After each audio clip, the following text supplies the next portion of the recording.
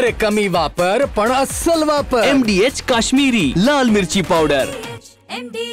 वाशिम जिल्ह्यात मागील काही दिवसापासून अवकाळी पावसाने थैमान घातले। त्यासोबतच वाशिम शहरातील मुख्य रस्त्यावर मोठ्या प्रमाणात डोह साचलेला आपल्याला दिसून येते। या अवकाळी पावसाचं पाणी या डोहामध्ये दिसून येते। पाटणी चौक ते जिल्हाधिकारी कार्यालयापर्यंत हे मुख्य रस्ता असून या ठिकाणी बाजारपेठ आणि जिल्हा प्रशासन याला जोडणारा रस्ता आहे। अकोला नाका परिसरात हे मोठ्या प्रमाणात हा डोह साचलेला आहे। यामध्ये मोठ्या प्रमाणात पाणी साचते आणि वाहनधारकांना त्रास सहन करण्याची वेळ या ठिकाणी येत आहे।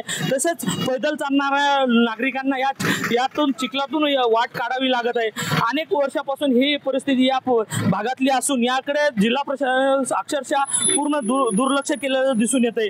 मात्र आता या पावसाळा सुरू होण्यापूर्वीच ही परिस्थिती आहे, तर समोर येणाऱ्या दिवसात जिल्हा प्रशासन याकडे लक्ष देऊन ही परिस्थिती कुठे हाताळणार आहे का हे आपल्याला बघावं लागणार आहे। सध्याची परिस्थिती जर बघितली तर वाहनधारकांना या ठिकाणी मोठ्या प्रमाणात कसरत करायची वेळ येत असल्याचं आपल्याला दिसून येते। कॅमेरामन सचिन राणेसह विठ्ठल देशमुख, TV9 मराठी, वाशिम।